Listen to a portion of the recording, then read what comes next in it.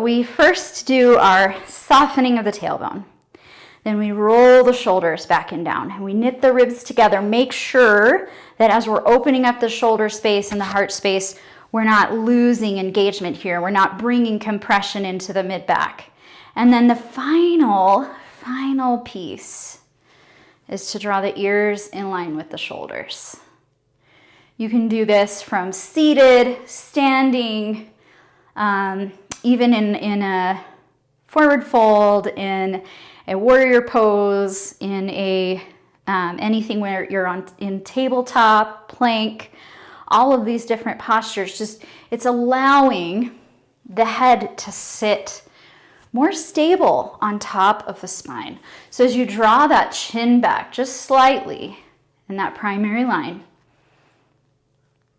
it allows the body to hold the head up without as much undue strain and stress. So for me, my chronic holding patterns, for a lifetime of poor posture, my chin juts forward, my whole head comes forward. You see how that could be harder on the neck space, just stretching out all these muscle groups here, not allowing proper engagement, and then this space in front gets really tight too. So when the head comes back a little bit, drawing the ears above the shoulders, the chin comes in. It's not a jutting in, over extending or exaggerated. It's just, again, like a softening.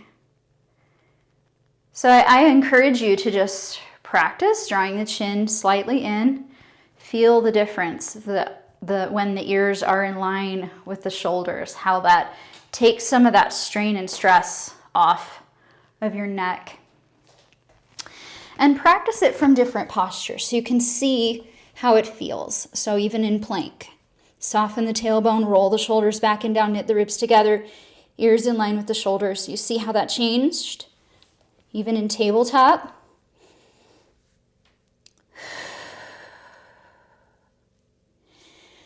Even when we are in warrior poses.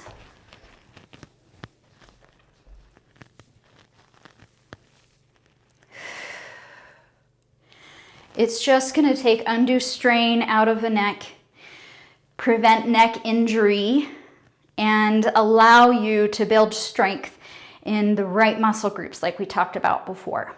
So even when you're turning your head, sometimes we're in, let's do side angle here. So from warrior 2, coming into side angle where we bring the forearm to the thigh and we reach the arm overhead.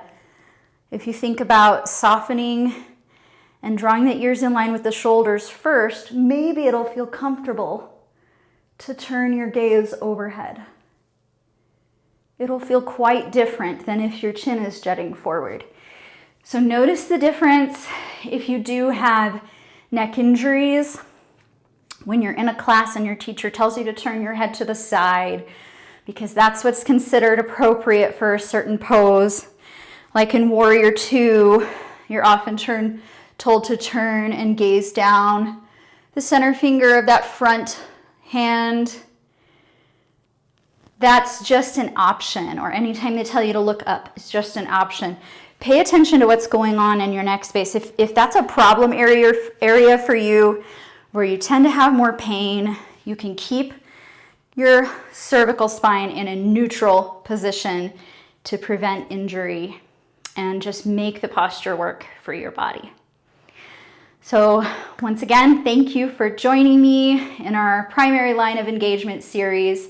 I hope you found it helpful. Feel free to reach out if you have any other specific questions. I'm happy to help.